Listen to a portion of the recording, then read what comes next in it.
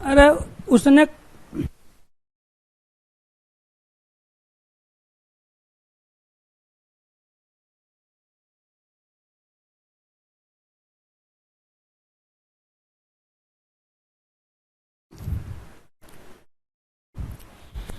जी नमस्कार साथियों, good morning प्यारे दोस्तों।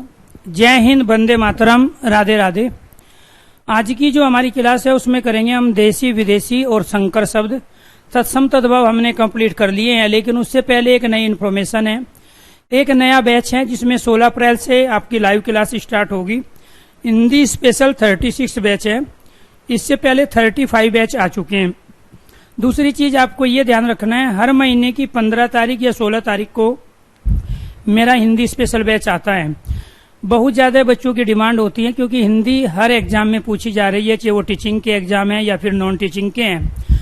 जिस तरीके से आप अपनी तैयारी कर रहे हैं, अगर आपको मौका मिलता है किसी और दूसरी भर्ती में इन्वॉल्व होने का जिसमें आपका यही सिलेबस है, जिसकी तैयारी आप सुपर टेट और या DSSB के माध्यम से कर रहे हो, क्योंकि वही रीजनिंग, मैथ, GS, हिंदी और इंग्लिश ये हर जगह पूछे जाते हैं। तो अपने मेन एग्जाम जिसको आपने टारगेट किया DSSB, उससे पहले अगर कोई मौका मिलता है तो मेरी रिक्वेस्ट है, आपका सिलेबस सेम है, आप सभी अच्छे टीचरों से पढ़ रहे हैं, उसको प्रैक्टिकली वहां इम्प्लीमेंट करके आप एक बार जरूर देखिए कि आप क्या परफॉर्मेंस उधर कर रहे हैं। तो अगर आपको नीड है हिंदी स्पेशल के बैच की किसी भी दूसरे पर्पज से, इसमें मैंने 2 चीज पे फोकस किया है और ये आप लोगों के लिए कम है, बाकी उन लोगों के लिए है जो डायरेक्ट अभी इन्वॉल्व नहीं हुए हैं। इसके अंदर यूपी पुलिस और DSSB, PRT, TGT, PGT, जो TGT, PGT वाले बच्चे हैं हिंदी के, उनके लिए स्पेशल बैच है। तो यहाँ आपको ध्यान रखना है, अगर आपको इसमें रजिस्ट्रेशन कराना है तो वो आज शाम को 7 बजे से कल शाम को 7 बजे तक केवल 699 रुपया में। उसके बाद इसकी जो फीस होगी वो होगी 899 रुपया में। ये लाइव प्लस प्रैक्टिस VOD है। इसमें प्रैक्टिस क्लासें जितनी भी हैं वो आपको रिकॉर्डिंग दी जाती है। 50 प्लस क्लासें हैं ये जो आपको रिकॉर्डिंग दी जाएगी, और जो ये लाइव क्लास होगी ये 70 प्लस क्लासें होगी। तो आप अंदाजा लगाइए, जहां 50 प्रैक्टिस क्लास है, 70 लाइव क्लास होगी, तो उसमें हिंदी का जो टोटल सिलेबस है हमारा, वो सारा का सारा हम इसमें पूरा करते हैं। 16 अप्रैल से इसमें लाइव क्लास होगी 6 महीने की वैधता के साथ। अब मुद्दा उठता है कि आखिरकार ये सिलेबस क्या है। तो जो भी सिलेबस पूरे साउथ और नॉर्थ इंडिया में सेंट्रल गवर्नमेंट की जॉब में या स्टेट गवर्नमेंट की जॉब में कहीं भी पूछा जा रहा है, वो सारा का सारा सिलेबस हम इसमें कंप्लीट कराते हैं।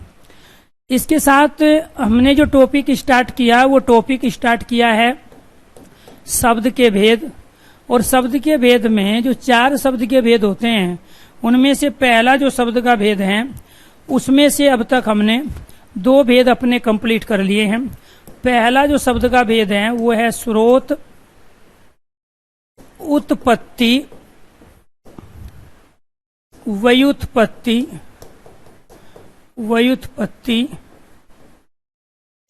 उद्गम और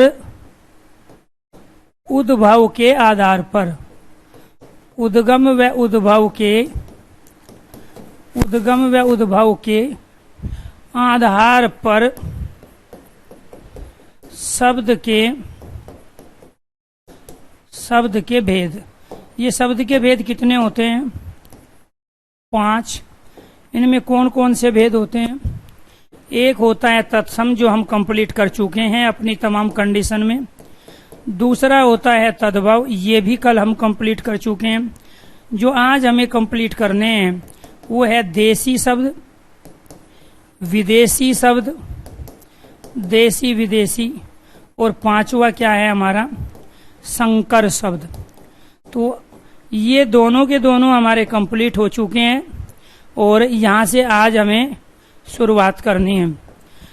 यहाँ पर तीसरा भेद है हमारा देसी शब्द, जिसका एक और नाम होता है देशज्य शब्द। क्या होता है? देशज्य शब्द। जो शब्द अपने देश में जन्म लिए हैं उनको हम देसी या देशज्य शब्द कहते हैं। जो शब्द अपने देश में जन्म लिए हैं जो शब्द अपने देश में जन्म लिए हैं वे देशज्ञ कहलाते हैं। वे देशज्ञ कहलाते हैं। दूसरा, जिन शब्दों की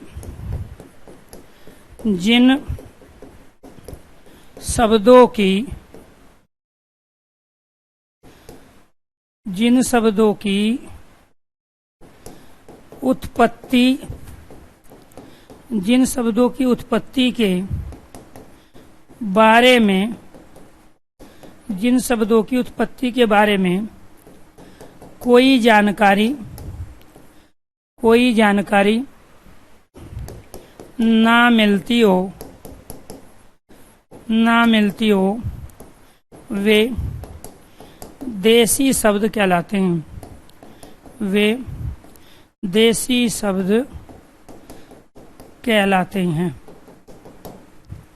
आपको ये ध्यान रखना है दोस्तों, तीसरी कंडीशन, जो शब्द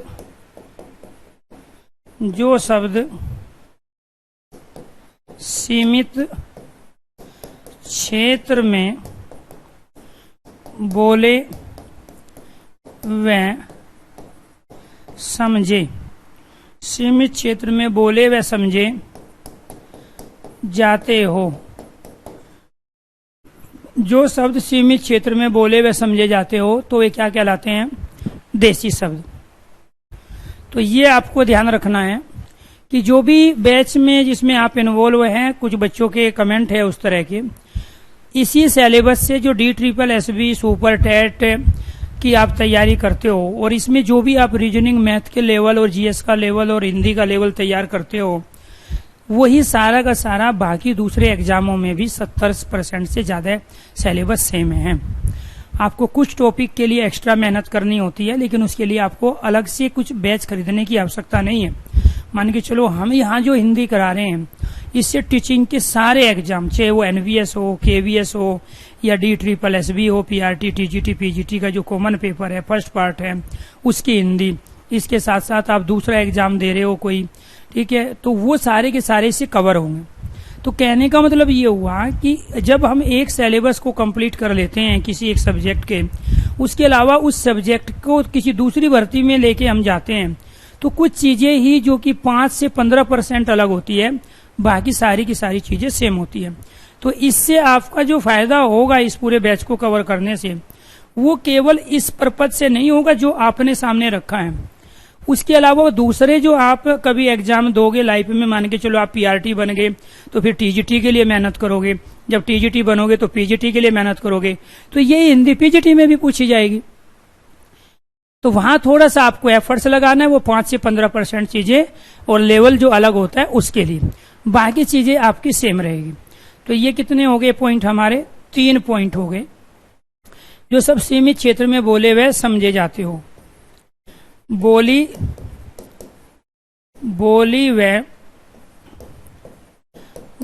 व उपबोली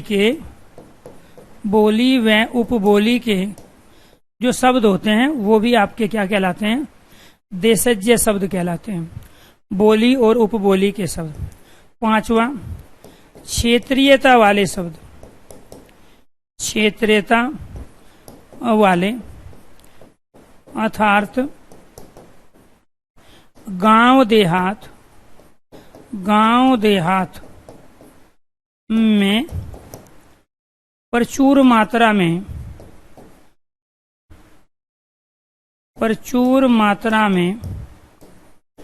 प्रयुक्त होने वाले,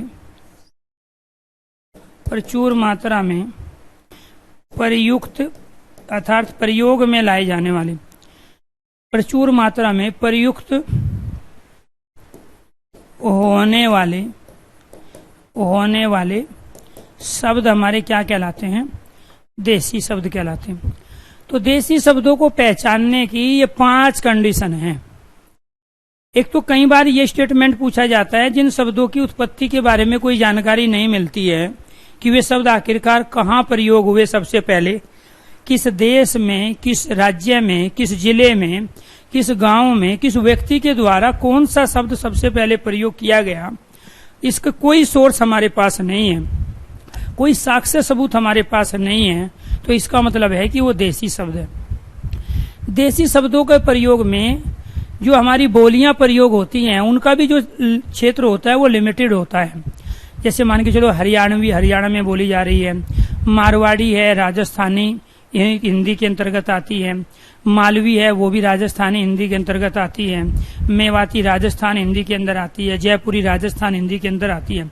तो ये जो जयपुरी के शब्द है, मारवाड़ी के शब्द है, मालवी के शब्द है, मेवाती के शब्द है, पहाड़ की अगर बात करें हम पहाड़ी हिंदी में जो हिमाचल के अंतर्गत उत्तराखंड में बोली जाती है, तो वहां आपको ये ध्यान रखना है कि वहां पर कुमायूनी और गढ़वाली दो बोली का प्रयोग हो रहे हैं।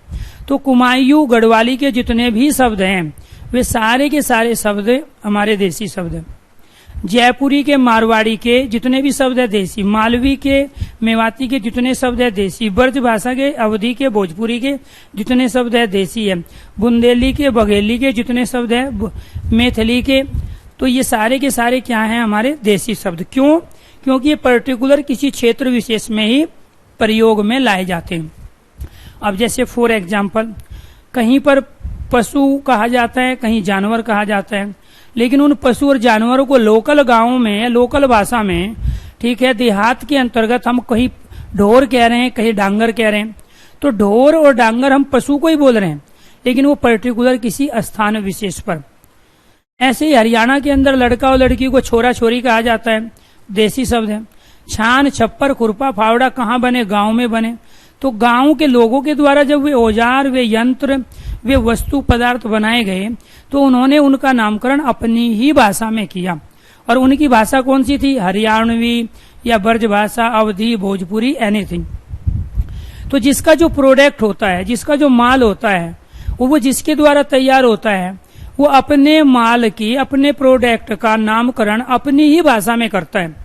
अब मान के चलो किसी इस्लाम धर्म को मानने वाले ने कोई वस्तु बनाई है, तो वो वस्तु जो बनाएगा उसका जो नाम रखेगा वो स्वाभाविक बात है उर्दू में, अरबी में, फारसी में रखेगा। जैसे हमराज अपने आप में एक कंपनी है, ठीक है, इसके साथ बहुत सारे हमदर्द एक कंपनी है, तो हमराज और हमदर्द दोनों के दोनों उर्दू के शब्द है। ऐसे बहुत सारे शब्दों का प्रयोग जो हम कर रहे हैं किसी वस्तु पदार्थ के रूप में, वो वस्तु पदार्थ जिसने बनाए उसने ही उसका नामकरण किया। अगर ईसाई धर्म के मानने वाले के घर में बच्चा जन्म लिया है तो वो अपने बच्चे का नाम कभी भी सलमान खान, शाहरुख खान नहीं रखेगा, जितेंद्र, धर्मेंद्र नहीं रखेगा। वो अपने बच्चे का नाम जुपिटर, सुपिटर, ठीक है, शेक्सपियर रखेगा, क्योंकि उनके धर्म में जिस भाषा का प्रयोग होता है उसी भाषा में उसका नामकरण होगा। हिंदू धर्म को मानने वाले के घर में बच्चा पैदा हुआ, वो कभी भी अपने बच्चे का नाम पीटर, जुपिटर, सुपिटर नहीं रखेगा, वो सलमान, शाहरुख, आमिर नहीं रखेगा, वो धर्मेंद्र, जितेंद्र, तेजिंदर, महेंद्र रखेगा, चाहे एक ही गली में 4 धर्मेंद्र क्यों ना हो जाए। तो जिसका जो प्रोडक्ट है वो अपने प्रोडक्ट का नाम उसी भाषा में करेगा जो उसकी अपनी लोकल भाषा है, लैंग्वेज है। तो इसीलिए प्यारे दोस्तों, जो शब्द अपने देश में जन्म लिए हैं वही देशज्ञ कहलाते हैं। जय का मतलब होता है जन्म लेना। जिन शब्दों की उत्पत्ति के बारे में हमें कोई जानकारी नहीं मिलती वो क्या कहलाते हैं? हमारे देसी शब्द। जो शब्द सीमित क्षेत्र में बोले और समझे जाते हैं, देसी शब्द। बोली और उपबोली के शब्द, मान के चलो गेट को बंद करने को सभी समझ जाते हैं कि बंद करने का मतलब क्लोज करना है, लेकिन कोई भोजपुरी में होगा तो वो क्या कहेगा? गेट को झिड़का के जाना। और कोई मेरठ और मुजफ्फरनगर इधर के आसपास का कोई व्यक्ति होगा या हरियाणा बेल्ट से होगा, पश्चिम उत्तर प्रदेश में मेरठ, बागपत, शामली, मुजफ्फरनगर, सहारनपुर के एरिया का होगा, तो वो क्या कहेगा? गेट को भेड़ के जाना। तो कहीं पर भेड़ का प्रयोग अपने आप में पशु के लिए हो रहा है। भेड़ तो एक पशु है, लेकिन हम यहाँ क्या कह रहे हैं? गेट को भेड़ के जाना। तो वो जो भेड़ का प्रयोग किया वो गेट को बंद करने के लिए किया, तो यहां ये अपने आप में बोली का शब्द हो गया। तो भोजपुरी में कह रहे हैं गेट को झिड़का के जाना, हिंदी में कह रहे हैं गेट को बंद करके जाना, और देसी भाषा में कह रहे हैं गेट को भेड़ के जाना। तो एक ही कंडीशन को अलग अलग भाषाओं में अलग अलग शब्दों के माध्यम से हम यहाँ पे प्रयुक्त कर रहे हैं। क्षेत्रीयता वाले शब्द जो गांव देहात में प्रचुर मात्रा में प्रयुक्त होते हैं, अब गांव में बहुत सारी वस्तु होती है जो शहरों में प्रयोग नहीं होती, उनके जो नाम रखे गए हैं वो गांव के लोगों के द्वारा ही रखे गए। आपने देखा होगा जब ट्रेन में सफर करते हैं या बस में सफर करते हैं, अलग अलग क्षेत्र से लोग उस बस में ट्रेन में सफर करते हैं, तो जब भी वो घर पे बात करते हैं तो हम उनके सेंटेंस में से बहुत सारे शब्द ऐसे हैं जिनको नहीं पहचान पाते कि वो वास्तव में किस सेंस में प्रयुक्त हुए हैं। लेकिन जब हमारे एरिया का कोई लोग होता है, वो देसी भाषा प्रयोग कर रहा होता है, गाँव लोकल लैंग्वेज प्रयोग कर रहा है, तो हमें सब कुछ पता होता है कि ये क्या कहना और बताना चाहता है। तो इसका मतलब ये हुआ कि जो बोली उपबोली के शब्द है वो हमारे क्या कहलाते हैं, देसी शब्द कहलाते हैं। दूसरा देसी शब्द को आप कैसे पहचानोगे, जैसे हमने यहाँ एक शब्द ले लिया यमुनोत्री, और यमुनोत्री से एक शब्द ले लिया हमने यहाँ यमुना, और यमुना से एक शब्द ले लिया हमने यहाँ यमुना। अब आपसे ये कह रहे हैं इसमें तत्सम तद्भव देसी शब्द बताओ कौन सा है। इसमें संयुक्त व्यंजन आया है, तो ये हमने बताया कि संयुक्त व्यंजन का प्रयोग तत्सम में होता है, और जो तत्सम से बनते हैं वो क्या कहलाते हैं, वो तद्भव कहलाते हैं। तो इस तत्सम का जो आसान सरल रूप है वो यमुना है, तो ये क्या हो गया, तद्भव। और इस तद्भव को भी हमने और लोकल भाषा में प्रयोग कर लिया, और वो क्या कहा, देसी। और ये कहाँ प्रयोग होता है, ब्रज भाषा में प्रयोग होता है। तो मथुरा, आगरा, फिरोजाबाद के आसपास, अलीगढ़ के आसपास यमुना को जमुना मैया कहा जाता है। य के स्थान पे जय का प्रयोग कर लिया, तो ये तत्सम शब्द था यमुनोत्री, और ये तद्भव यमुना था, और ये जमुना क्या था, देसी शब्द। तो कई बार तद्भव का जो अपभ्रंश बनता है, तद्भव जो हिंदी के शब्द बने उनका जो अपभ्रंश परिवर्तित रूप बना, वो भी देसी शब्दों के रूप में हम प्रयोग में लाते हैं। इसीलिए प्यारे दोस्तों, यहाँ ये देसी शब्द है, ये तद्भव है, और ये क्या कहलाता है, हमारा तत्सम कहलाता है। ये सारी कंडीशन कहाँ अप्लाई होगी, देसी शब्दों पे अप्लाई होगी। इसके बाद फोर्थ कंडीशन है विदेशी शब्द। इन विदेशी शब्दों का एक और नाम होता है, इनको आगत शब्द भी कहते हैं। क्या कहते हैं इनको, आगत शब्द। इनको गृहीत शब्द भी कहा जाता है, गृहीत शब्द, क्योंकि ये बाहर से ग्रहण किए गए। और इनके अंतर्गत प्यारे दोस्तों जो शब्द आते हैं, इनके अंदर अंग्रेजी के शब्द आते हैं, उर्दू के शब्द आते हैं, पुर्तगाली के शब्द आते हैं, चाइनीज शब्द आते हैं, चीनी के, जापानी शब्द आते हैं, इसके अंतर्गत अरबी फारसी के शब्द आते हैं, अरबी फारसी के शब्द आते हैं, इनके अंदर तुर्की भाषाओं के शब्द आते हैं। तो ये आपको ध्यान रखना है कि ये जो विदेशी भाषाएं हैं सारी की सारी जो विदेशों में बोली जाती है, अब ये अलग अलग समय पर हमारे देश में कुछ देश को लूटने के लिए, कुछ देश पे शासन करने के लिए, और कुछ यहाँ व्यापार करने के लिए आए। और जब ये व्यापार करने के लिए आए तो कोई समुद्र के रास्ते से आया, कोई मैदानी भागों से होके आया। तो अपने साथ ये जिन लोगों को लेके आए उनमें से किसी की भी भाषा संस्कृत और हिंदी नहीं थी, किसी की भी भाषा देसी नहीं थी। उनकी किसी की अंग्रेजी थी, किसी की उर्दू, पुर्तगाली, चीनी, जापानी, अरबी, फारसी और तुर्की थी। और जब ये अनेक लोगों को लेके आए तो हमारे लोग इनके संपर्क में आए, और हमने जाना कि ये कुछ वस्तुएं साथ लेके आए। और जब ये कुछ वस्तुएं साथ लेके आए तो उन वस्तुओं का इन्होंने नामकरण अपनी भाषा में किया हुआ था। भारत के अंदर इन्होंने बहुत सारी वस्तु बनाई जो इनके यहाँ बनती थी, उसका भी नामकरण इन्होंने अपनी भाषा में किया। जैसे फॉर एग्जाम्पल, अभी एक कंपनी है मारुति सुजुकी, तो मारुति शब्द का अर्थ हवा होता है, सुजुकी का अर्थ भी हवा होता है। तो मारुति सुजुकी ये इंडो जापानी कंपनी है जो कि एक संयुक्त उपक्रम है दो देशों का। तो यहाँ पे जो मारुति सुजुकी है वो अपने आप में संकर शब्द हो गया, क्योंकि दो देशों की जो दो अलग अलग भाषाएं, एक संस्कृत है और एक जापानी, उससे मिलके ये शब्द बना है। ऐसे मेट्रो शब्द जापानी की देन है, क्योंकि मेट्रो का आविष्कार, मेट्रो बनाने का जो काम किया वो जापानियों ने किया। और हमारे देश में जो मेट्रो लेके आए वो जापानी आए, तो स्वाभाविक बात है वो अपनी वस्तु को अपनी भाषा में नाम देंगे। रिक्शा जो हम रात दिन करते रहते हैं, ये रिक्शा सबसे पहले जापान में बना, जापान में प्रयोग हुई रिक्शा, तो जापान के लोगों ने अपनी भाषा में इसका नामकरण किया रिक्शा। तो कहने का मतलब ये हुआ कि सबसे पहले जो वस्तु जहां बनी उस वस्तु का नामकरण उसी भाषा में होगा जिन लोगों के द्वारा वो वस्तु बनाई गई। हिंदू धर्म के मानने वाले के घर में बच्चा पैदा होता है तो उसका नाम चिंटू, पिंटू, सिंटू इसीलिए रखा जाता है क्योंकि चिंटू, पिंटू, सिंटू ये सब हिंदी के संस्कृत के शब्द है। और जब किसी ईसाई धर्म के मानने वाले के घर में बच्चा पैदा होता है तो वो अपने बच्चों के नाम पीटर, जुपिटर, सुपिटर रखता है। वो कभी भी मोनू, सोनू, टोनो नहीं रखेगा क्योंकि उसका प्रोडक्ट है, उसका माल है, अपने माल का नामकरण अपनी भाषा में करेगा। और भारत में एकदम उल्टा हो रहा है, बच्चा पैदा होता है आपके घर में और पड़ोसी देते हैं उसको नाम। अब हो सकता है पड़ोसी का धर्म अलग हो या उसके रीति रिवाज अलग हो या संस्कार अलग हो, भाई माल आपका है, प्रोडक्ट आपका है, नामकरण भी तो आपको ही करना चाहिए ना उसका। आप लोगों के ज्यादातर नाम जो रखे गए हैं या तो पड़ोसियों के द्वारा रखे गए या रिश्तेदारों के द्वारा रखे गए। नाम रखने का हक केवल माता पिता, दादा दादी, नाना और नानी का है, इसके अलावा किसी का नहीं है, क्योंकि अधिकारी ही उस प्रोडक्ट पे, उस माल पे उनका है। तो इसीलिए आप अपने बच्चों के नाम खुद रखोगे, ना कि किसी यार दोस्त से रखवाओगे, किसी पंडित जी से रखवाओगे या किसी मौलवी से रखवाओगे या किसी गिरजाघर के पादरी से रखवाओगे। और जो नाम माता पिता के द्वारा दिया गया है वो अपने आप में शुभ नाम होता है, चाहे वो कुछ भी रखा जाए, और ये साइंटिफिक लॉजिक है। दूसरा, अगर आप हिंदी में नाम रख रहे हो, संस्कृत में नाम रख रहे हो, तो उसमें कोशिश ये रहे कि उसमें स्वर भी आ जाए, व्यंजन भी आ जाए, अंतस्थ भी आ जाए, ऊष्म वर्ण भी आ जाए। वो सबसे सुपर पावर नामकरण माना जाता है और नाम के पीछे बहुत शक्ति छिपी होती है।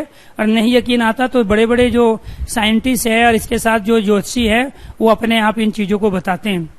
लेकिन हम इन चीजों का ध्यान ना रख के, जो लॉजिकली है, साइंटिफिक है, हम ये जिम्मेदारी अपने पड़ोसियों को दे देती है। जब बच्चा बड़ा होता है उसका झगड़ा हो जाता है पड़ोसियों के साथ। पड़ोसी बोलते हैं ज्यादा बकवास मत कर, अपनी औकात में रहो, तेरा नाम भी हमारा ही दिया हुआ है। अब उसकी क्या रह गई? जब पड़ोसी ने ये बोल दिया कि तेरा नाम भी हमारा ही दिया हुआ है तो उसकी तो इज्जत बची नहीं।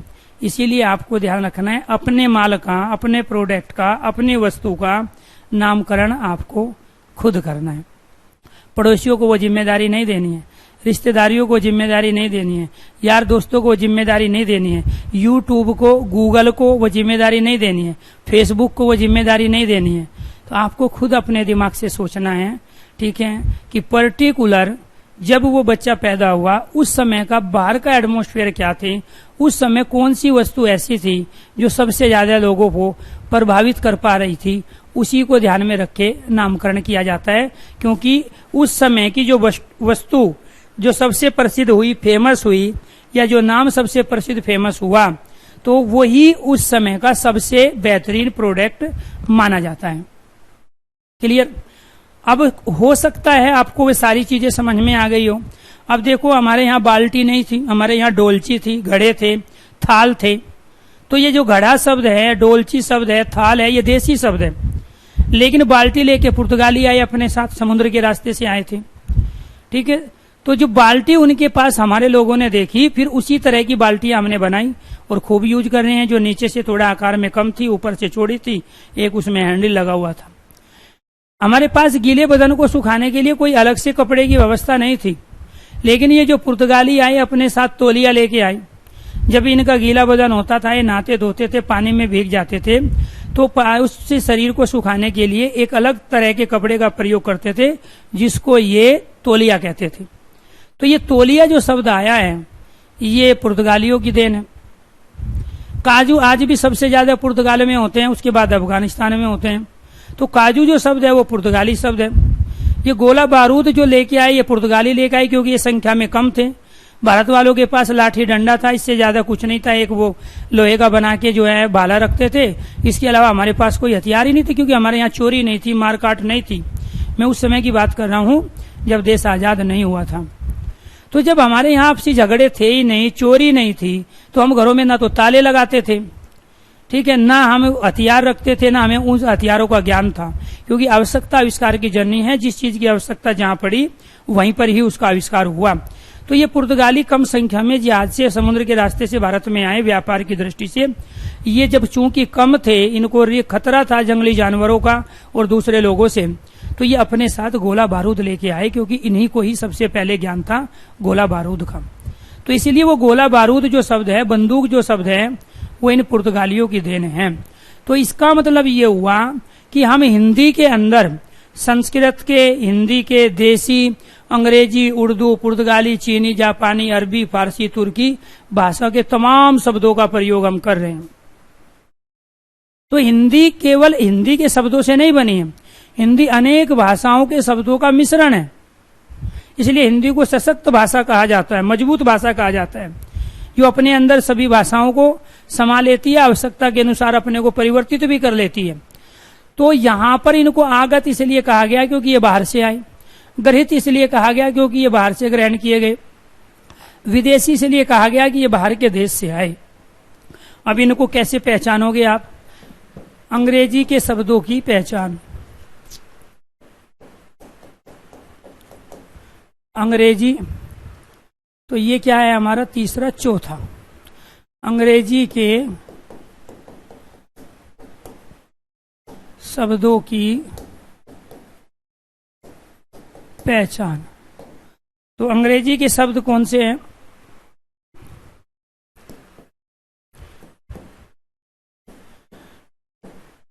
अर्धचंद चिन्ह वाले शब्द। तो जितने भी अर्धचंद चिन्ह वाले शब्द है वो सारे के सारे क्या हैं? हमारे अंग्रेजी के हैं। जैसे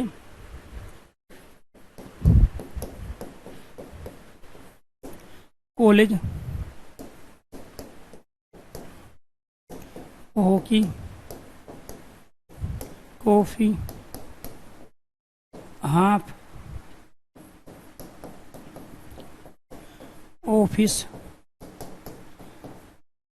बॉस,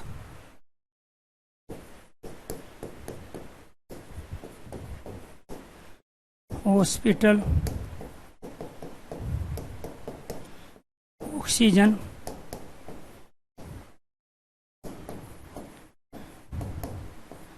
पॉलीथीन,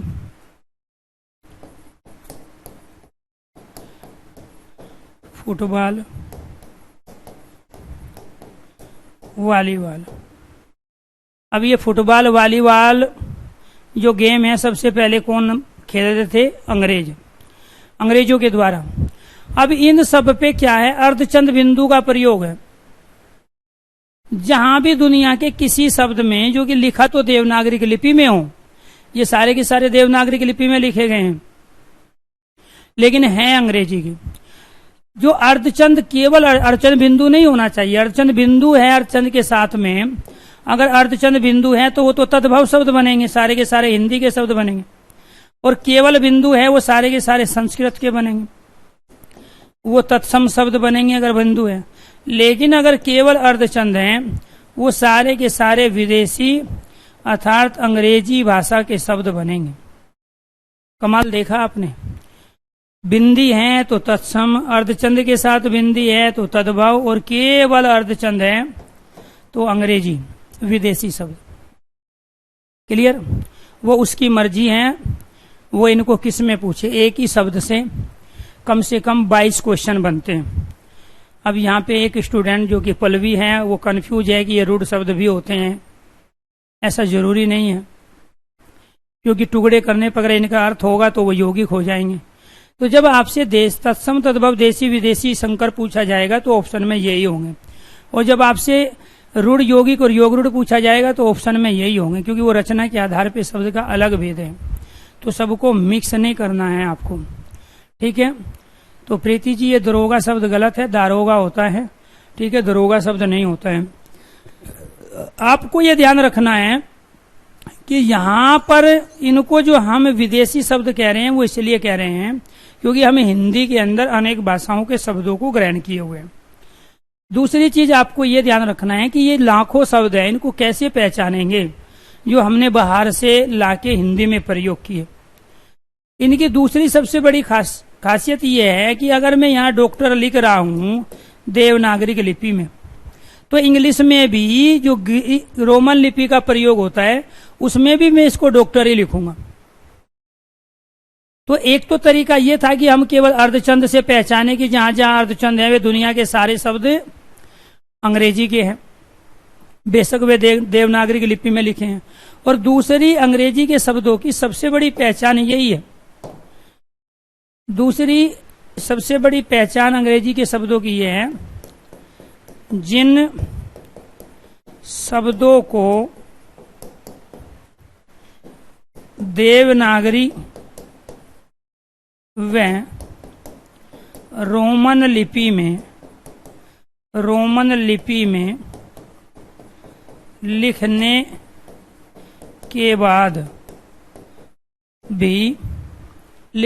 बाद भी समान उच्चारण किया जाए, लिखने के बाद भी समान उच्चारण किया जाए, वे दुनिया के सारे शब्द क्या कहलाते हैं।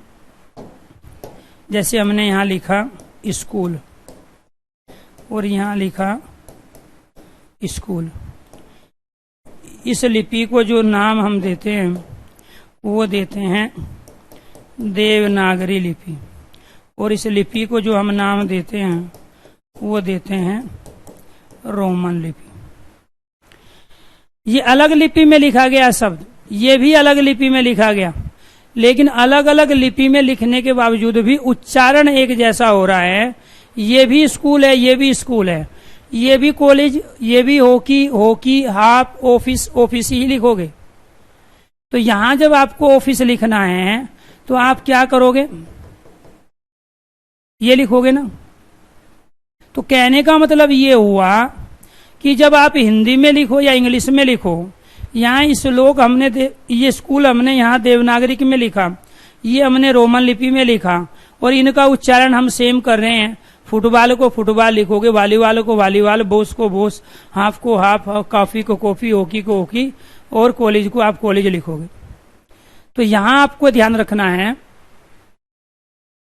क्लियर। तो ये क्या कहलाए, ये सारे के सारे हमारे विदेशी शब्द कहलाए।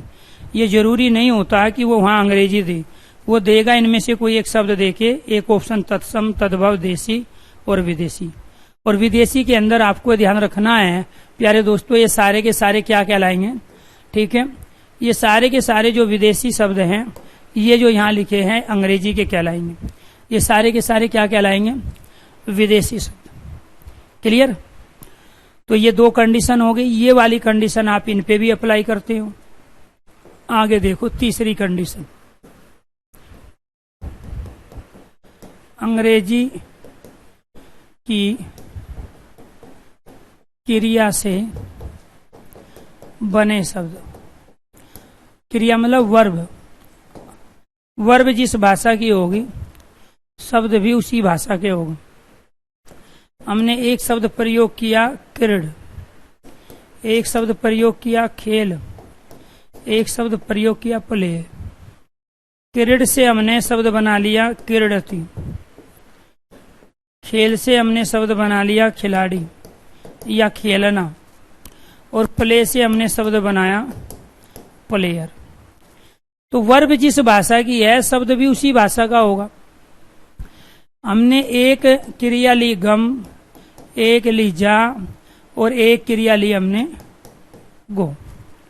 तो इससे प्यारे दोस्तों जो हमारा शब्द बनेगा, इससे हमने शब्द बनाया गतवा, इससे हमने शब्द बनाया जाता, इससे शब्द बनाया हमने गोइंग। ऐसे ही हमने यहाँ एक शब्द लिया पट, दूसरा पढ़, और तीसरा लिया हमने यहाँ रीड। इससे हमने पढ़ती शब्द बना लिया, इससे हमने पढ़ना शब्द बना लिया, और इससे हमने रीडर शब्द बना लिया। तो वर्ब जिसकी होगी शब्द भी उसी भाषा का होगा। यहाँ वर्ब इंग्लिश की थी, शब्द इंग्लिश का बन गया। यहाँ वर्ब इंग्लिश की थी, शब्द इंग्लिश का बन गया। यहाँ वर्ब इंग्लिश की थी तो शब्द इंग्लिश का बन गया। तो वर्ब जिस भाषा की होगी शब्द भी उसी भाषा का होगा। चौथा पॉइंट है अंग्रेजी के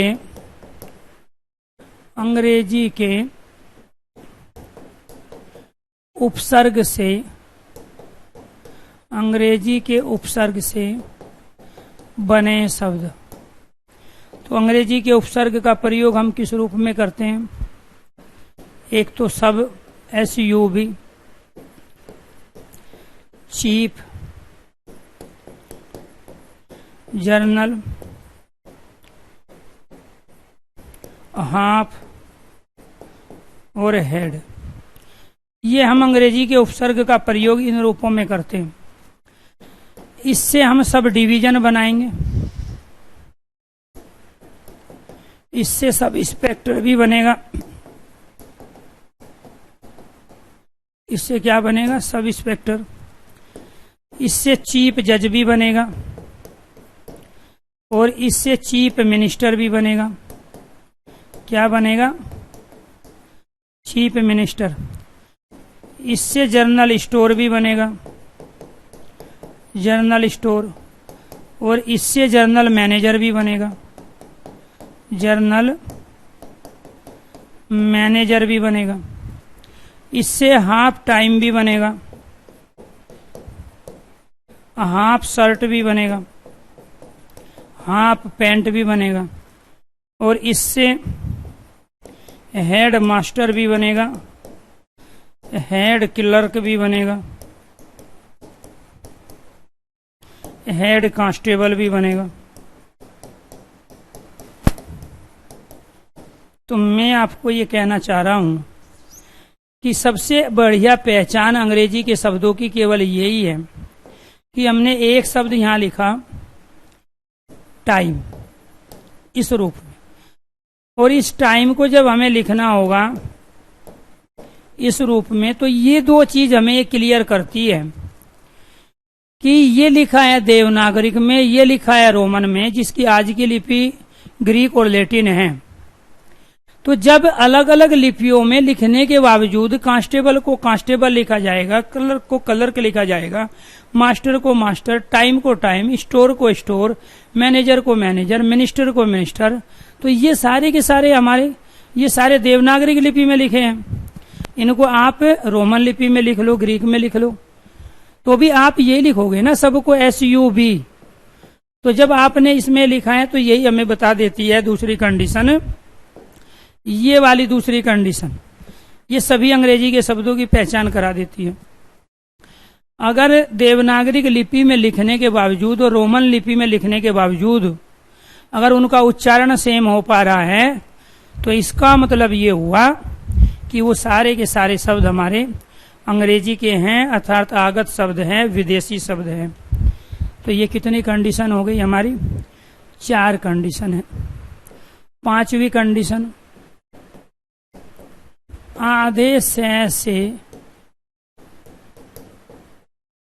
आरंभ होने वाले अधिकांश शब्द, आधे से आरंभ होने वाले अधिकांश शब्द हमारे क्या कहलाते हैं अंग्रेजी के?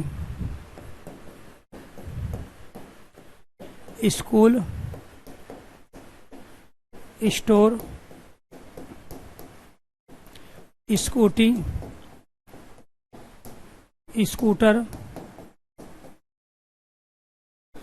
Scrutiny, star. अभी इनमें पहला जो हमारा वर्ण है आधा से है, तो आधे से स्टार्ट होने वाले, प्रारंभ होने वाले अधिकांश शब्द, सारे नहीं है। जैसे हमने यहाँ स्थान लिया, हमने यहाँ स्वर लिया, ये दोनों तत्सम है, क्योंकि स्थान को आप प्लेस कह रहे हो भाई, इसका बदल गया ना उच्चारण। आपने रोमन लिपि में जैसे ही आप इसको लिखोगे, ग्रीक में जैसे ही लिखोगे, इसका उच्चारण बदल गया, स्थान ये प्लेस, लेकिन स्कूल को स्कूल लिखा जाएगा। यहाँ क्या लिखोगे? स्कूल ही लिखोगे। तो दोनों में उच्चारण समान हो गया। स्टोर को स्टोर, स्कूटी को स्कूटी, स्कूटर को स्कूटर, स्कूटनी को स्कूटनी और स्टार को स्टार लिखा जाएगा। स्टेशन को स्टेशन लिखा जाएगा, स्टेशन को स्टेशन लिखा जाएगा। तो इसका मतलब ये है कि ये अंग्रेजी के शब्द है, ये विदेशी भाषा के शब्द है। तो आपको ध्यान रखना है, तो इसीलिए आपको ध्यान रखना है कि यहां पर ये सारे के सारे हमारे अंग्रेजी के शब्द हैं। किसके शब्द हैं? अंग्रेजी के शब्द। इसके बाद फिफ्थ, उर्दू के शब्दों की पहचान। उर्दू के शब्दों की, उर्दू के शब्दों की, उर्दू के शब्दों की पहचान कैसे करेंगे? नुक्ता या बिंदु तल, नुक्ता या बिंदु तल वाले, नुक्ता या बिंदु तल वाले शब्द क्या कहलाते हैं? उर्दू के कहलाते हैं। ये ध्यान रखना है आपको। कै, खे, गे, जै और फे, कै, खे, गे, जै और फे, जब इनके नीचे यहां पर ये नुक्ता अर्थात बिंदु तल लगा होता है तो इनको हम आगत या गृहीत ध्वनि कहते हैं। इनको क्या कहते हैं? आगत या गृहीत ध्वनि, आगत या गृहीत ध्वनि कहते हैं। और इनकी संख्या होती है 5। तो जहां भी ये आगत या गृहीत ध्वनि है जो हमने दूसरी जगह से ली है, जो दूसरी जगह से आई है, इसीलिए इसको आगत या गृहीत ध्वनि कहते हैं। तो ये जो आगत गृहीत ध्वनि है, इनका प्रयोग जिन भी शब्दों में होता है वे सारे के सारे शब्द हमारे उर्दू के शब्द होते हैं। जैसे इससे शब्द बना कमीना, इससे बना कम वक्त, इससे बना कम सीन, जो कम सुंदर हो। अब ये सही कब माने जाएंगे? तब जब इनमें यहां नुक्ता बिंदु तल का प्रयोग होगा, तब माने जाएंगे। ऐसे ही हमने यहां शब्द प्रयोग किया ख्याल या खुशहाल या खुशखबरी। ये वर्तनी शुद्ध कब मानी जाएगी? जब आप यहाँ पे नुक्ता बिंदु तल का प्रयोग करोगे तब। जैसे इससे शब्द बनता है गजल, गफ्फार, गजनी। ये सारे के सारे शुद्ध कब माने जाएंगे? जब यहाँ इसके नीचे आप ये नुक्ता बिंदु तल दोगे। इससे शब्द बना नजर, वजीर,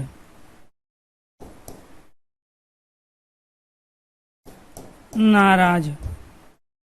ये सारे के सारे जब यहाँ बिंदु तल दोगे तब ये शुद्ध वर्तनी मानी जाएगी। इससे यहाँ शब्द बना सफर, सफल, मुजफ्फरनगर, मुजफ्फरनगर। ये सही तब माने जाएंगे जब फै के नीचे यहाँ जै और फै के नीचे बिंदी होगी। तो कुल मिला के बात यह है कि उर्दू के शब्दों की पहचान की पहली कंडीशन है नुक्ता या बिंदु तल। नुक्ता इसको राजा शिव प्रसाद सितारे हिंद ने कहा, बिंदु तल हिंदी के व्याकरण शास्त्री कामता प्रसाद गुरु ने कहा। ये व्यवस्था की गई कि जब हम उर्दू के शब्दों का प्रयोग देवनागरिक लिपि में लिखकर हिंदी में कर रहे होंगे और उनमें जब जब कै, खे, गे, जै और फै वर्ण आएंगे तो हम वहां पे नुक्ता और बिंदु तल का प्रयोग करेंगे। वो केवल इसलिए कि ताकि हम उर्दू लैंग्वेज को हिंदी में सम्मान दिला सके।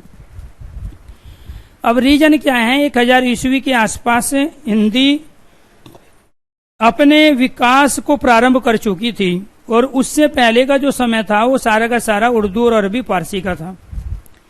और धीरे धीरे हिंदी को समझने बोलने वाले लोगों की संख्या अधिक हुई तो फिर उर्दू विलुप्त होती चली गई। तो उर्दू को हिंदी में सम्मान देने के लिए, उर्दू के शब्दों का हिंदी में प्रयोग करने के लिए राजा शिव प्रसाद सितारे हिंद ये व्यवस्था कर रहे थे कि कहीं न कहीं जब भी हम उर्दू के शब्दों का प्रयोग करें तो उसकी एक पहचान अलग हो हिंदी के अंदर।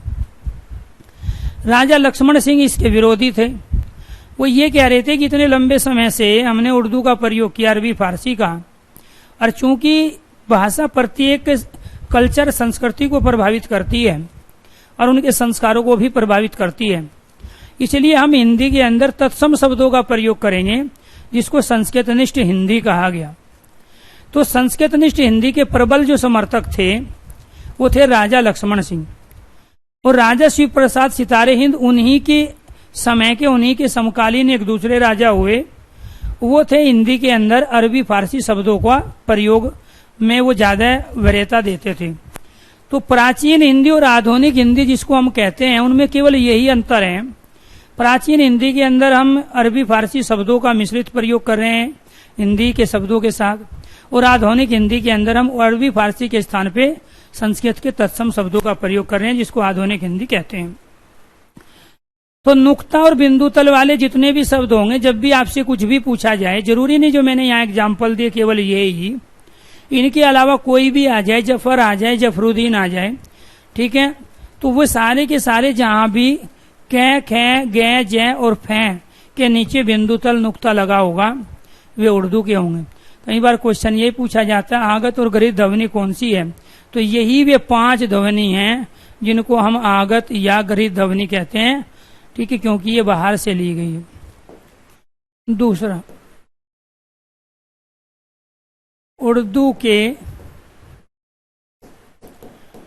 उपसर्ग से बने शब्द क्या कहलाएंगे?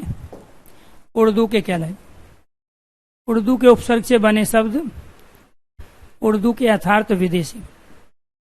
जैसे उर्दू में हम एक उपसर्ग का प्रयोग करते हैं ला का, अल का प्रयोग करते हैं,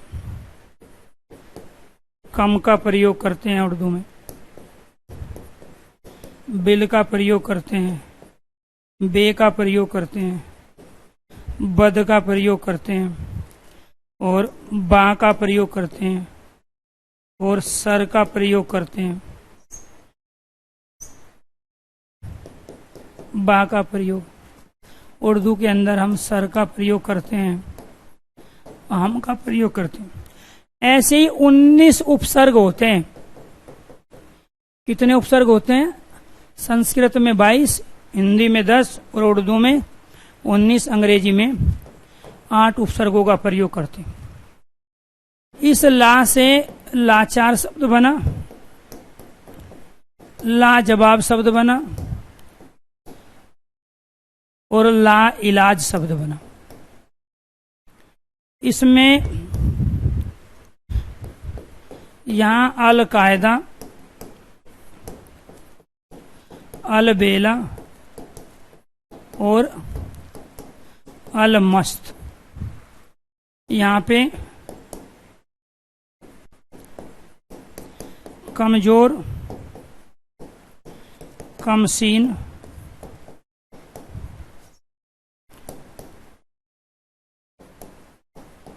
कम अकल, यहाँ से बिल्कुल, बिल इरादा, बिल फिलहाल, बेदर्द, बेहया, बेवफा, बेकार,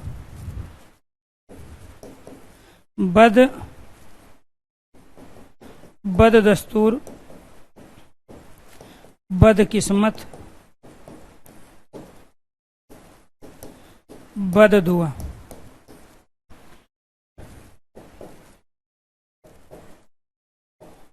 बावजूद। यहां से सरकार, सरदार, सरकारी। यहां से हम सफर, हम राज, हम राही, हम जोली, हम सब, हमदम। ये सारे के सारे विदेशी शब्द हैं, अर्थात उर्दू भाषा के शब्द हैं। दोस्तों, आपको ये ध्यान रखना है, इनमें बहुत सारे ऐसे शब्द हैं जिनकी वर्तनी गलत लिखी हुई है। लाजवाब की वर्तनी सही तब होगी जब यहाँ आप नुक्ता बिंदु तल लगाओगे, यहाँ नुक्ता बिंदु तल लगाओगे, यहाँ नुक्ता बिंदु तल लगाओगे, यहाँ नुक्ता बिंदु तल लगाओगे, तब ये सारी वर्तनी सही मानी जाएगी। यहाँ नुक्ता बिंदु तल लगाओगे, यहाँ नुक्ता बिंदु तल लगाओगे, यहाँ नुक्ता बिंदु तल लगाओगे, यहाँ पर आप नुक्ता बिंदु तल लगाओगे, यहाँ पर नुक्ता बिंदु तल का प्रयोग होगा और यहाँ पे तब जाके ये सारी वर्तनी सही होगी। आपसे बहुत बार पूछा जाता है और ये आप गलती करते हो। आप उच्चारण तो सेम कर रहे हो अलकायदा का, आप बिंदी लगा के करो या ना करो, बिल्कुल को भी आप सेम उच्चारण कर रहे हो, कमजोर को भी, क्योंकि यहाँ ये किसी वर्ण के स्थान पे नहीं आता है। तो कई बार जो ये हम कहते हैं ना, हम जो उच्चारण करते हैं वही शुद्ध होता है, ऐसा नहीं होता। हमें तमाम नियम कंडीशन का भी ध्यान रखना पड़ता है। तो जब तक हम इनके साथ जहां जहां मैंने बिंदु तल नुक्ते का प्रयोग किया है ये नहीं लगाओगे, किस किस वर्ण में लगता है ये लगता है कै में, खे में, गे में, जै में और फह में। कहाँ लगता है? लेफ्ट साइड में लगता है, नीचे की ओर। जब तक ये नहीं लगाओगे, उर्दू का अगर वो शब्द होगा और उनमें ये प्रयोग हो रहे होंगे पांचों वर्ण, तो तभी उनकी वर्तनी सही मानी जाएगी, वो शुद्ध शब्द माना जाएगा।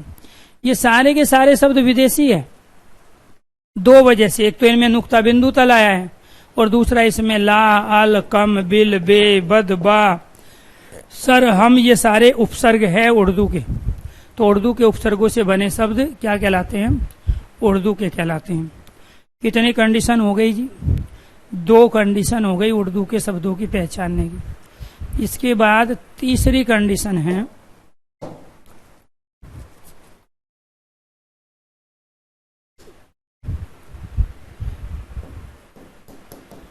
मुस्लिम,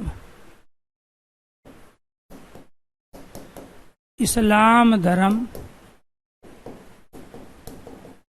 संस्कृति, इस्लाम धर्म, संस्कृति, संस्कार के परिचायक शब्द। जिन शब्दों से आपको इस्लाम धर्म, संस्कृति, संस्कार का परिचय मिलता है वो क्या कहलाते हैं? आपके उर्दू के शब्द कहलाते हैं। 4th कंडीशन, मुस्लिम शासन काल व राज्य व्यवस्था के प्रतीक शब्द। मुस्लिम शासनकाल व राज्य व्यवस्था के प्रतीक शब्द जो है वो क्या कहलाते हैं?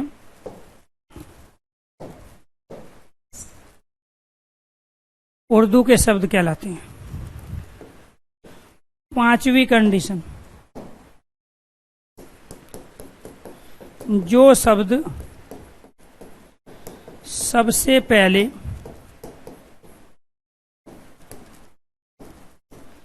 दाएं से बाईं ओर लिखी जाने वाली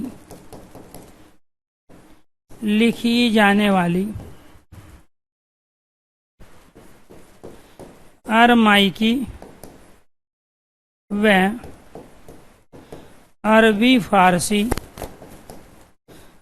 फारसी लिपि में लिखे गए वो भी क्या कहलाते हैं? ये कैसे लिखे जाते हैं? ऐसे लिखे जाते हैं। अब जैसे मैं इन तीनों ही कंडीशन के यहाँ एग्जाम्पल ले रहा हूं।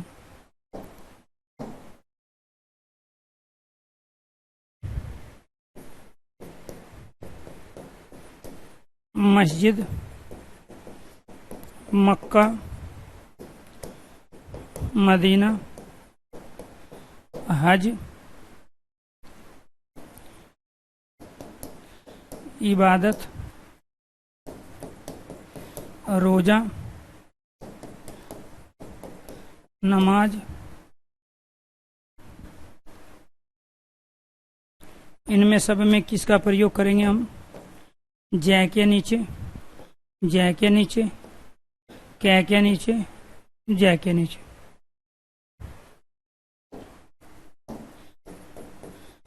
जकात,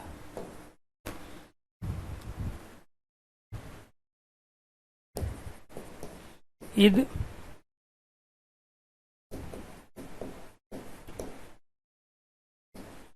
बकरीद,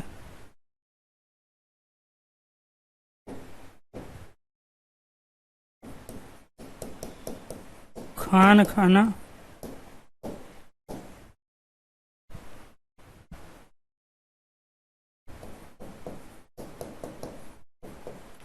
जहांगीर, दीवान,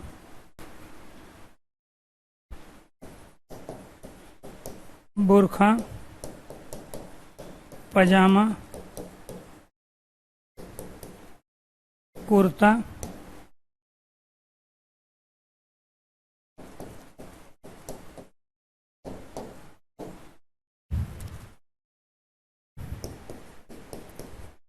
सेफई,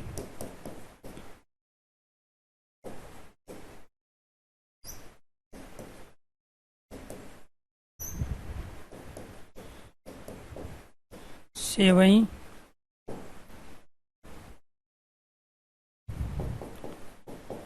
बादाम, अलमीरा, अलमारी,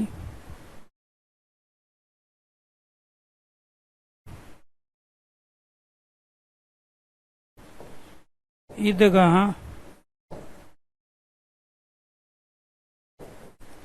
डाक, बंगला,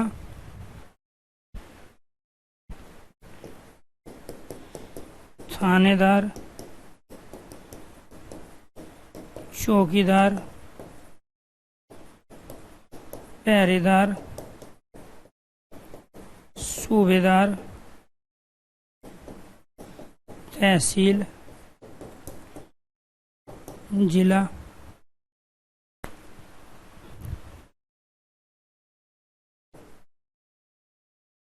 नवाब, नायब, जरीफ और बाट। इन सभी शब्दों से या तो हमें इस्लाम धर्म का ज्ञान हो रहा है, या कल्चर, उनके ओढ़ना पहनना, खाना पीने का, या फिर इनके संस्कार का पता चल रहा है, तीज त्योहार का पता चल रहा है। इनमें से कुछ शब्द हमें मुस्लिम शासनकाल और राज्य व्यवस्था की याद दिला रहे हैं। ये सबसे पहले जो लिखे गए वो इस रूप में लिखे गए, क्योंकि ये जो लिपि लिखी जाती है दाईं से बाईं ओर लिखी जाती है। मैंने जितने भी शब्द लिखे हैं ये देवनागरी की लिपि में लिखी जाती हैं, जो बाएं से दाईं ओर लिखी जाती है। तो ये सारी लिपि देवनागरी की लिपि का प्रयोग हुआ, लेकिन ये शब्द सबसे पहले आए तो इस लिपि में आए, जो कि अपने आप में प्राचीन लिपि थी, जिसका नाम था अरमाई की लिपि। फिर अरमाई की लिपि कन्वर्ट हुई अरबी लिपि में, और फिर अरबी लिपि में हम इन तमाम शब्दों का प्रयोग करते आ रहे हैं। इनमें से ऐसे बहुत सारे शब्द हैं जहां प्यारे दोस्तों हमने नुक्ते का प्रयोग नहीं किया। जैसे यहाँ पे खाने में भी होगा, जहांगीर में भी होगा, बुरखा में, पजामे में भी होगा, कुर्ते में भी प्रयोग होगा, यहाँ डाक में, बंगले में प्रयोग होगा, ईदगाह में प्रयोग होगा। ठीक है, क्या क्या गह में होता है, इसके बाद जय और फे में होता है। चौकीदारी, पहरेदारी, सूबेदारी, तहसीलदारी, जिला।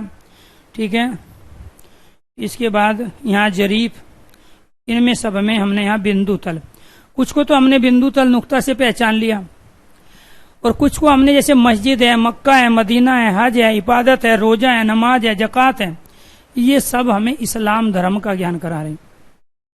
जैसे ईद है, त्योहार है, किसका? संस्कृति में आता है, इस्लाम धर्म को मानने वाले। बकरीद है, त्योहार है। खान खाना है, जहांगीर है, दीवान है, बुरखा है, पजामा है, कुर्ता है, ये कल्चर है। कल्चर यानी कि ओढ़ना पहनना, खाना पीना, तीज त्योहार क्या है? हमारे संस्कृति का हिस्सा है। तो यहाँ जो कुर्ते को, बुरखे को, पजामे को सबसे पहले पहना सिला वो मुस्लिम लोगों के द्वारा। अब धीरे धीरे आपने देखा होगा जितने भी टेलर हैं अभी भी आज की डेट में कुर्ता पजामा सिलने वाले ज्यादातर मुस्लिम लोग हैं, क्योंकि इनका पुश्तैनी काम यही था। तो हमारे यहाँ कपड़े को काट के पहन के सिलने की परंपरा नहीं थी। हिंदू धर्म का जो कल्चर था वो बिना कपड़े को काटे पीटे पहनने का था। कपड़े को काटने पीटने की जो शुरुआत सबसे ज्यादा हुई वो मुस्लिम धर्म में, उसके बाद में फिर ईसाई धर्म में। तो आपने देखा होगा जब भी हम किसी तीर्थ यात्रा पे जाते हैं जो हिंदू धर्म के तीर्थ स्थल है, तो वहां नया कपड़ा लेके जाते हैं और वो कपड़ा पूरा होना चाहिए। अच्छा, अर्थात कपड़े का कोई भी उसमें साइज नहीं होना चाहिए जो कैंची से काट पीट के आपने उसको फिट किया हो। तो यहाँ इसमें जो कुर्ते पजामे को जो पहना गया, काट पीट के जो आकार दिया गया, वो मुस्लिम लोगों के द्वारा सबसे पहले प्रयोग किया गया। लेकिन हमारे यहाँ आपने देखा होगा साधु हो, सन्यासी हो या स्त्री हो, तो वो जो साड़ी पहनती है या साधु सन्यासी जो वस्त्र धारण करते हैं वो बिना काटे पीटे पहनते हैं। तो मान के चलो जैसे बाबा रामदेव को आपने देखा होगा, कुछ कपड़ा नीचे लपेट लेता है, बाकी जो बच गया वो ऊपर डाल लेता है। ऐसी साड़ी में भी होता है, वो नीचे लपेट, बाकी जो बच गया अपना वो साइड में रख लिया। हमारे यहाँ आपने देखा होगा गांव देहात के अंदर चादर का प्रयोग करते हैं, तहमंद का प्रयोग करते हैं, और वो रखते भी है, कई बार उसको पगड़ी के रूप में रखते हैं बिना काटे पीटे। तो यहाँ आपको ध्यान रखना है कि यहाँ पर इस पुरखा का प्रयोग, पजामे का प्रयोग, कुर्ते का प्रयोग, टोपी का प्रयोग जो किया गया वो मुस्लिम शासन काल में किया गया। तो ये जो टोपी शब्द है, ये टोपी भी पहनी इन्होंने, इसीलिए भी इन्होंने ही, तो इस नाम भी इन्हीं के द्वारा दिया गया, क्योंकि जिसका जो प्रोडक्ट है अपने प्रोडक्ट को नाम भी वही व्यक्ति देगा जिसका जो माल है। ये सेफई जो है, सेवैयां खाते हैं, बनाते हैं। बादाम सबसे ज्यादा मुस्लिम देशों में, अफगानिस्तान, कश्मीर के अंदर मुस्लिम लोग हैं, वहां से बादाम आते हैं। अलमीरा है, अलमारी है, इन्हीं के द्वारा बनाई जाती है। ईदगाह बस अड्डे को कहते हैं। डाकघर है, बंगला है, ये अपने घर को कहते हैं। थानेदारी, दारी जो प्रथा थी इनके यहाँ थी, थानेदार। उससे पहले तो यहाँ मुस्लिम शासन काल से पहले न थाने हुआ करते थे, न जिले, न तहसील, क्योंकि झगड़े नहीं होते थे, चोरी नहीं होती थी। तो चौकीदार, पहरेदार, सूबेदार, तहसील और जिला, नवाब, नायब, जरीफ जमीन को मापने की एक जंजीर होती थी। कब्जा कर लेते थे एक दूसरे की जमीन पे, तो फिर वो जमीन की पैमाइश की जाती थी। तो लोहे की एक जंजीर होती थी, उसको जरीफ कहते हैं। किसी भी चीज को तोलने की परंपरा मुस्लिम शासन काल से शुरू हुई, और वो भी बाट होते थे, पत्थर के कच्चे बाट होते थे, किलो के, 2 किलो के, 2.5 किलो के, शेर सवा शेर के बाट होते थे। तो उनसे चीजों को तोल के दिया जाता था। उससे पहले जब बाट तराजू नहीं थी तो हम क्या करते थे, बर्तन भर के चीजें दे देते थे पड़ोसी को, और वही बर्तन भर के पड़ोसी से वो चीजें ले लेते थे। तो तोलने की, मापने की परंपरा नहीं थी, और वो अच्छा भी माना जाता था। तो ये सारे के सारे शब्द हमें मुस्लिम शासनकाल राज्य व्यवस्था के प्रतीक हैं। ये शब्द सबसे पहले दाईं से बाईं ओर लिखी जाने वाली अरमाई की लिपि में लिखे गए, इसी वजह से ये क्या कहलाए हमारे, ये उर्दू के शब्द कहलाए। तो अब बच गया हमारा, विदेशी शब्दों में ज्यादातर यही पूछे जाते हैं। अब 5वां बच गया हमारा संकर शब्द, और जो ये संकर शब्द हैं ये करेंगे प्यारे दोस्तों हम कल वाली क्लास में। 2 अलग अलग भाषाओं के जो शब्द होते हैं वो संकर शब्द कहलाते हैं। 2 अलग अलग भाषाओं के, 2 अलग अलग भाषा के शब्द क्या कहलाते हैं, संकर कहलाते हैं। इसको भी कंप्लीट कर लेते हैं अभी। 2 अलग अलग भाषाओं के शब्द क्या कहलाए, संकर शब्द कहलाए। जैसे हमने यहाँ रेलगाड़ी शब्द प्रयोग किया, रेल यान, रेल यात्री, रेल सवारी, रेल नीर, रेल डिब्बा। तो इनमें 2 अलग अलग भाषाओं के शब्द कौन से हैं, ये दोनों शब्द किस भाषा के हैं ये आपको बताने हैं। इसके बाद हमने यहाँ प्रयोग किया जांचकर्ता,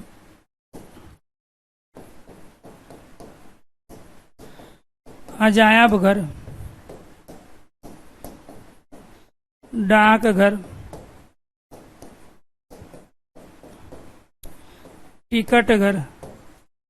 अब आपको बताना है ये सारे शब्द किन दो भाषाओं से मिलके बने। यहाँ पे उत्क्षेपित व्यंजन है। ये अंग्रेजी का शब्द है रेल। तो रेल शब्द क्या है? अंग्रेजी का। क्यों? क्योंकि भारत में अंग्रेज ही रेल को लेके आए। इनका प्रोडक्ट, अपने प्रोडक्ट को जो नाम देंगे वो अंग्रेजी में देंगे। इसके बाद गाड़ी जो शब्द है वो यहाँ हिंदी का है। क्यों है हिंदी का? क्योंकि इसमें उत्क्षेपित व्यंजन आया है। यान शब्द यहाँ संस्कृत का है, क्योंकि पुराना प्राचीन शब्द है। यान को ही गाड़ी कहा जाता है हिंदी में। यात्री शब्द यहाँ संस्कृत का है, क्योंकि हिंदी में यात्री को सवारी कहा जाता है। तो ये सवारी शब्द किसका है? हिंदी का। यहाँ नीर शब्द किसका है? हिंदी का, क्योंकि जल और अम्बु कहा जाता है संस्कृत में तत्सम शब्द। डिब्बा में द्वित व्यंजन का प्रयोग हुआ है, इसलिए ये भी किसका शब्द है? हिंदी का।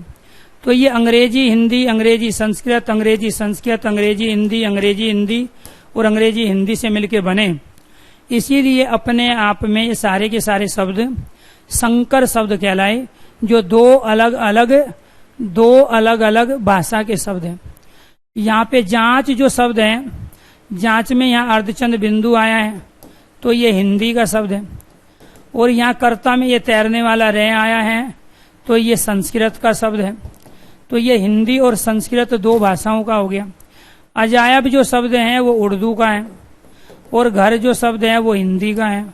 तो ये उर्दू और हिंदी से मिलकर बना है। ऐसे डाक जो शब्द हैं ये उर्दू का है। डाक प्रणाली जो लेके आए ये मुस्लिम शासन काल की देन है। और घर शब्द हिंदी का है। टिकट शब्द अंग्रेजी का है, और टिकट घर में जो घर हैं वो हिंदी का है। ये सारे के सारे हमारे क्या हो गए?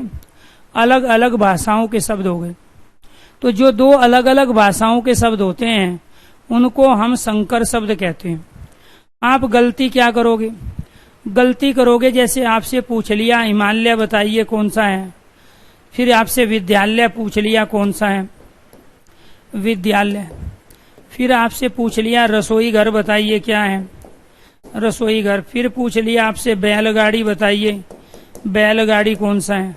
फिर आपसे पूछ लिया पोस्ट ऑफिस बताइए, पोस्ट ऑफिस ये शब्द कौन सा है, ये तत्सम है, तद्भव है, देसी है, विदेशी है, संकर है। तो ये सब गलतियां आप इसलिए करोगे क्योंकि आपको ध्यान ही नहीं रहेगा कि यहाँ पे हिम भी संस्कृत का है और यहाँ पे आल्य भी संस्कृत का है। तो ये यौगिक तो हो सकते हैं, लेकिन ये भी संस्कृत का है, विद्या भी और आल्य भी। यहाँ रसोई शब्द हिंदी का है, और यहाँ घर भी शब्द हिंदी का है। यहाँ बैल शब्द हिंदी का है, गाड़ी भी शब्द हिंदी का है। यहाँ पोस्ट जो शब्द है, पोस्ट को पोस्ट ही लिखा जाएगा। ये अंग्रेजी में पोस्ट को कैसे लिखोगे? POST post. ऑफिस को ऑफिस लिखोगे। ये दोनों के दोनों क्या हैं? अंग्रेजी की हैं। इनमें दो अलग अलग भाषाएं है ही नहीं।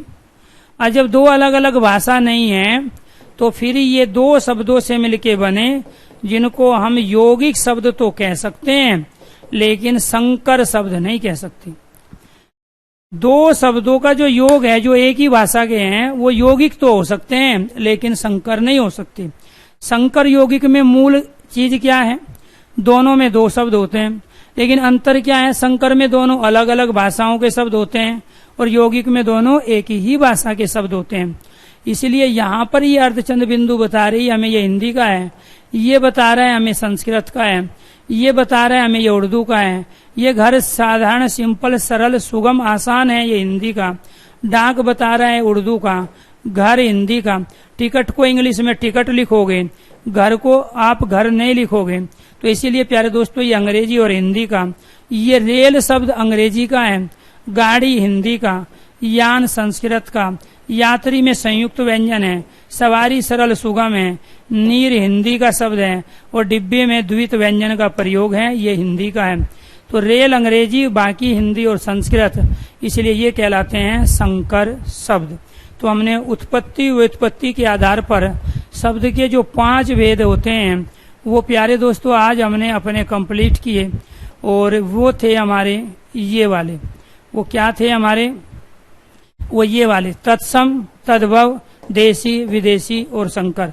विदेशी में हमने केवल अंग्रेजी और प्यारे दोस्तों उर्दू के ही पढ़े हैं, ठीक है। बाकी जो आप करोगे वो जो पीडीएफ आपके पास हैं उन पीडीएफ से करोगे। पुर्तगाली शब्द, अरबी के शब्द, फारसी के शब्द, ज्यादातर अंग्रेजी और उर्दू ही पूछे जाते हैं। ये 2 हमने किए हैं, ये भी हमने कंप्लीट कर लिया है। तो कुल मिला के बात ये है दोस्तों कि यहाँ पर जो अब तक हमने सेशन अपने पूरे किए हैं वो सेशन हमारे ये वाले हैं।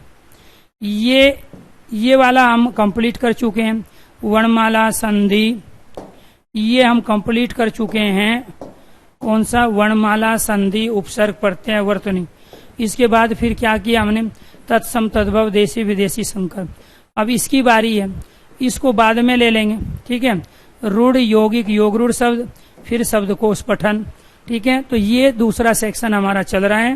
पहले वाला सेक्शन हम अपना पूरा कंप्लीट कर चुके हैं। तो सभी दोस्तों को नमस्कार, धन्यवाद। कल फिर मिलते हैं नए टॉपिक और नई क्लास के साथ। यूट्यूब पे आपके सेशन दोनों कंटिन्यू रहेंगे, 8 बजे भी और 9 बजे भी। वो आपको अटेंड जरूर करना है, क्योंकि